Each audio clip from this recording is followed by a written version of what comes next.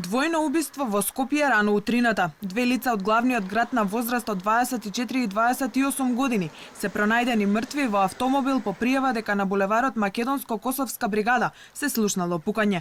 Според последните информации на Министерството за внатрешни работи, из утрината во 2 часот и 35 минути во СВР Скопје било пријавено пукање во населбата Топанско поле, а откако полицијата дошла на местото на настанот, пронашла патничко моторно возило Citroen со скопски регистарски ознаки и две лица кои не давале знаци на живот. Од страна на лекар од итната медицинска помош била констатирана смрт кај двете лица. Пронајдени се чаури од огнено оружје, пиштол и автоматска пушка. Утврден е идентитетот на лицата, АБ 28 и БВ 24 години, двајцата од Скопје. Се преземаат мерки и активности за расчистување на случајот.